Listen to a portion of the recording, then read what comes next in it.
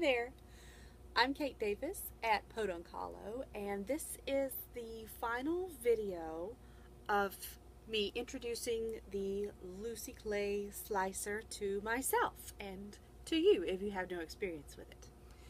Now, I had a couple of questions last time, and the Lucy Clay team has been very gracious and has told me what I probably should have already known.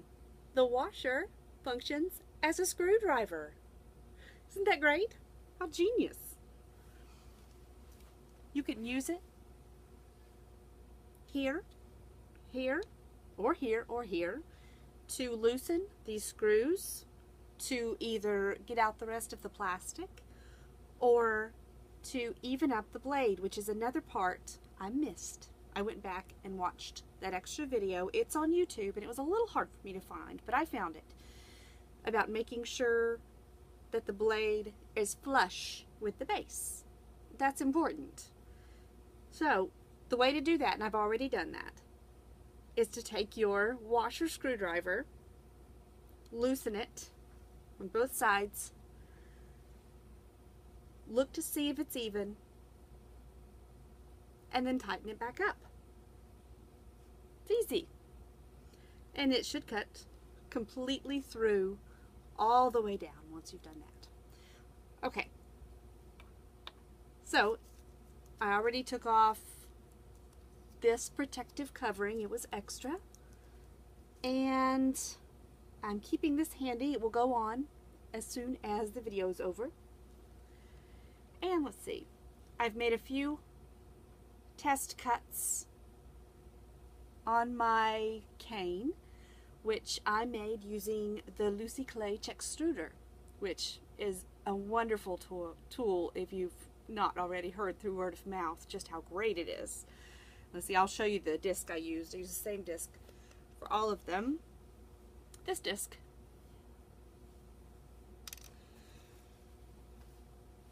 And so I'll show you how it slices. And one thing, you should also use a slip-proof base underneath. And I found this silicone baby mat in the baby section at Walmart for a few dollars. I love these placemats.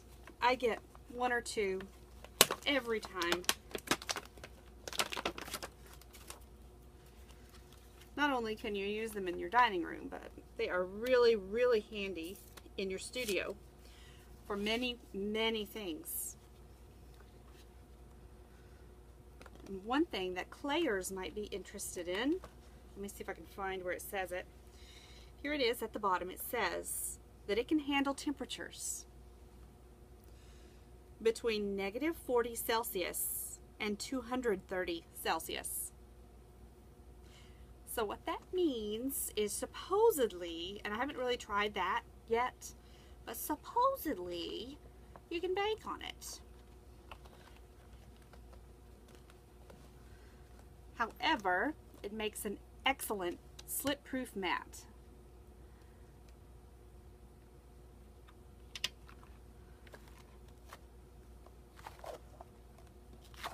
See how sticky it is? It's really sticking to the surface.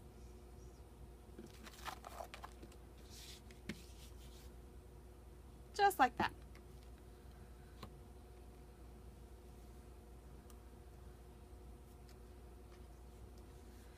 I also have used them with paint, with resin. The resin peels right off. Most things peel right off. Most things wash right off. That's the reason why I like to pick one up every time I'm there.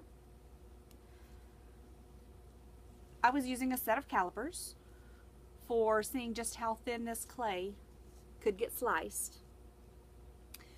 And I was getting down to about 1/2 millimeter before I was having trouble measuring. But you can probably even get thinner than that. It's just getting that measured with something that takes just a wee bit of pressure on something smaller than 1/2 millimeter. It's tough to do. But that just gives you a clue of how thin you can get it. So let's look at it in action. I don't want to make your video too long. Everyone has other things to do in their studio. Give it a couple of turns. You can see how far it's going. Let's see.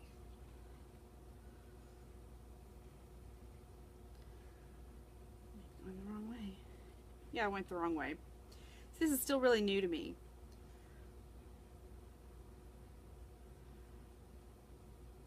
Slice. Just like that. And this one is actually a thick piece for what I was doing for a while. I like to use these little tweezers. Makes a beautiful, beautiful slice of this lovely Maud cane. I love this pattern. So let me see if I can make a smaller one.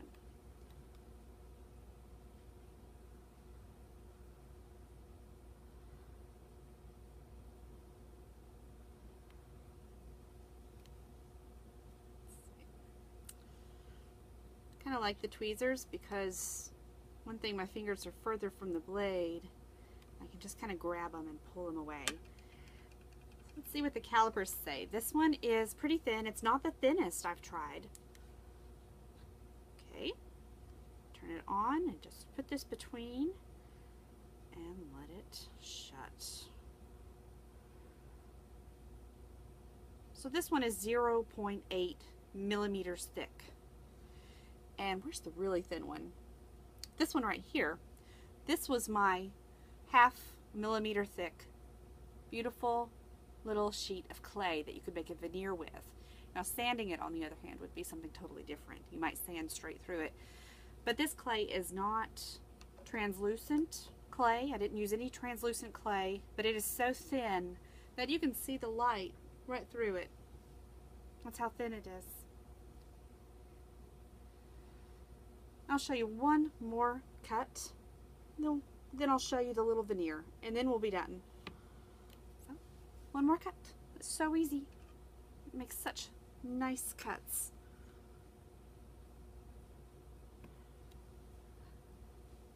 I just love those. So I'm going to put it in its safety position for a minute while I show you the veneer. Put that on. So this is what I have so far, and I can keep adding onto it with what I just sliced and make anything. You can make jewelry with these slices. You could make a book cover. You could make a pen cover. You could make anything in your imagination. You're really only limited by what you can think up. So, on the whole, very, very impressed with my slicer. You can't get anything as straight and as thin with anything else. This is the way to go if you're making very, very thin sheets. And great company, great responses to my questions, friendly, fast shipping. Everything has been great so far. And see, this is kind of a precursor to the next purchase I'm making, which is the Lucy Clay Mammoth. And that's still a ways off. It still won't be done for a while. It's still in just kind of pre-production. It's going to be, they're going to start making it in factories very soon and then start shipping them out later this year. So I'll probably be doing the same thing that I did with these, an unboxing, an assembly, and I'll try and show you how it works, all from a very amateur position.